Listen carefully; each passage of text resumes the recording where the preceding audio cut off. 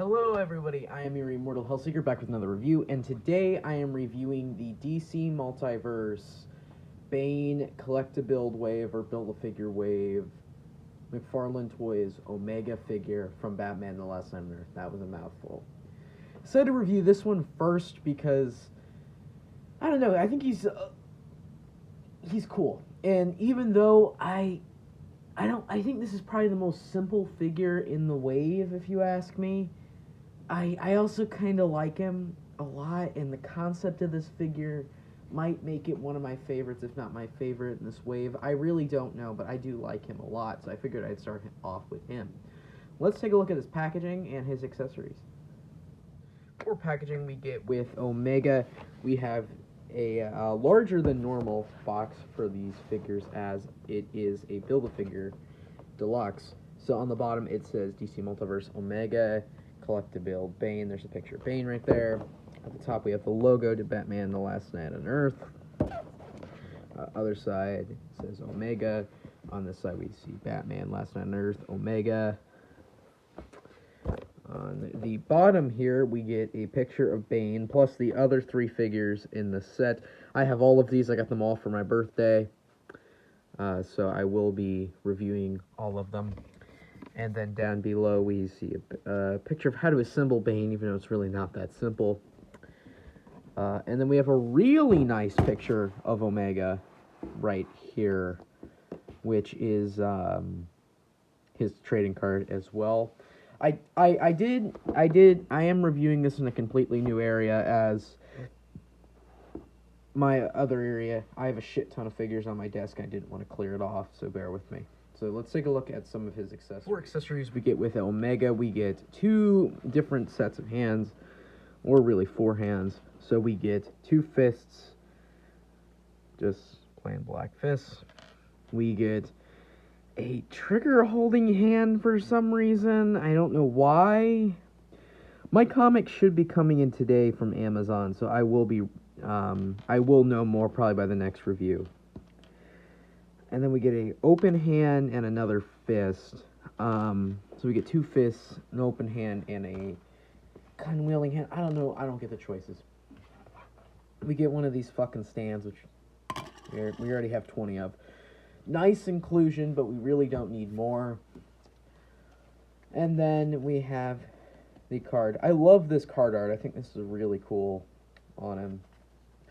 On the back, this is Omega, and everything you need to know about him. Without further ado, let's take a closer look at the figure. So here is Omega. I have a lot of issues with this figure, I gotta admit it. I was honestly a little bit more excited for it, seeing it in the store and seeing it in the package. I thought it looked a lot better in the package than it did in hand, than it does out of the box. And I definitely think this figure could have been so much better if McFarlane really did do a lot of that articulation Hasbro's been doing.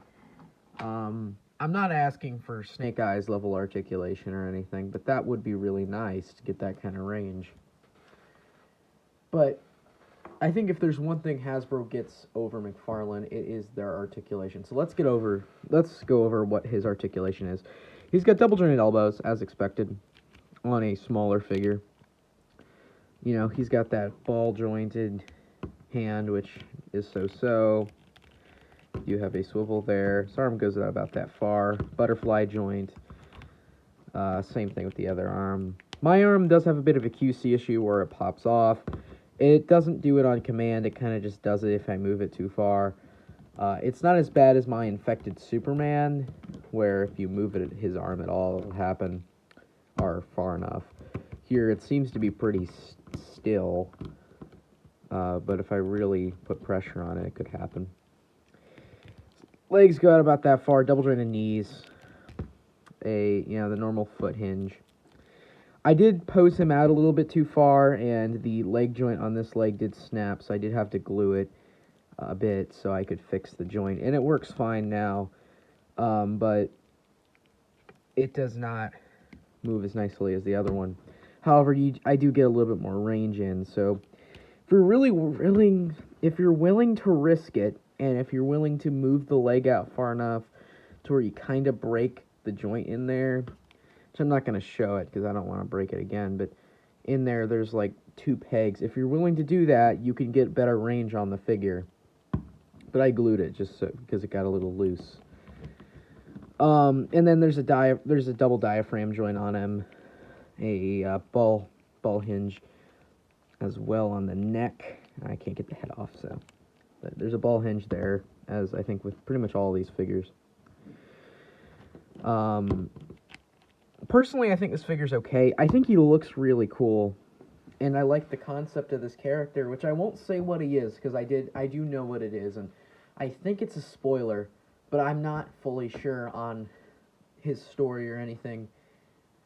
So I'm not going to say much about him. I'm just going to say he's a mysterious dictator-like Batman character who dictates over Gotham. It does say who he is on the trading card. But I don't know if it's considered a spoiler who he is, so I'm not going to say who he is. No thigh cut on him or anything like that. It isn't that good of a figure. It's about an average McFarlane DC multiverse. So let's take a look at him next to some other figures. Here's Omega next to 2 of my personal favorite Dark Knights, or not technically Dark Knights Metal, but Rebirth McFarlane figures that they've done, being the Dark Knights Metal Batman and the Joker. Here is Omega next to 2 of my personal favorite DC characters, being the DC Essentials, Doomsday Clock, Rorschach. Paid $50 for this to get to this in a 2-pack. Don't regret, I love that figure. And the Jason Todd. Now, no matter who the identity of this character is, I think I'm going to honestly use this as a Jason Todd Batman. Do you guys see the kind of resemblance? Actually, let me try to swap the heads. Actually, no, fuck it, I won't. Because I think they have different neck pegs. But yeah, these two do look good next to each other, I will say. Here is Omega next to Superman and Merciless. Yeah, see, again, with this different area, I have more space, and so I can use taller figures. That's the reason I kind of moved over here. I'm at least going to just do that for this video. If it isn't successful, I'll do it for the others. I'll go back in there for the others. Again, I'm getting a diorama soon, so you won't have to worry about this kind of shit. I'll have different thumbnails that'll pop better. I'm getting a diorama, though, and it's a really big one. So hopefully that comes in the mail soon. For some other lines, here is Omega next to The Mandalorian and Ahsoka Tano. And here he is next to 2 Marvel Legends, being the Amazon exclusive Logan and the Spider-Man Into the Spider-Verse Miles Morales. By the way, I did also get the Miles Morales Spider-Man video game for my birthday. I just 100%ed it this morning. It literally took me less than 4 days to 100% complete that game, which I think is crazy, but I played the shit out of it. Here's Omega next to some of his fellow wave mates, being Wonder Woman, Batman, and Joker's head. I really like this wave. Again, I'm not going to get out the Scarecrow and the Bane, because I'm going to save that kind of thing for my next video.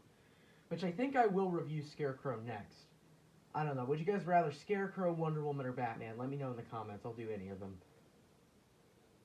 And of course, you could not complete a Hellseeker review without bringing out Spider-Man and Snake Eyes. One from Marvel Legends and one from G.I. Joe Classified. 2 of my favorite figures to pose together. 2 characters that don't match whatsoever, yet look nice together. So yeah, there's those 2 next to Omega. Alright, so in conclusion, I don't know anything really about this character. I know a short background about him, that's about it. He looks really cool. I like his design. His articulation so-so. I think you can get past it. Me as a stop-motion animator and someone who likes posable figures, I'm a bit disappointed because, honestly, looking at him through the box and some images online, he doesn't look nearly as posable as I expected. I honestly expected a lot more articulation out of him, but it's McFarlane. What do you expect? Todd, you really, if you're watching, which I highly doubt, you gotta improve on diaphragm joints. If you're gonna include it, don't make it stiff, because you're not getting any use out of it, and again, I almost broke the figure trying to get him in a really dynamic, jumping or running pose. So you really need to fix that, I think. And it's anything I think you could probably fix with your own time. But this really needs help. And I think this figure and then the Bane figure have two of the biggest issues with articulation. I had to glue the Bane's legs down so he would stay together, which I know a lot of people have that same issue. But thank you guys for watching. I really appreciate it. Please like, subscribe, share with your friends that are interested, and stay golden.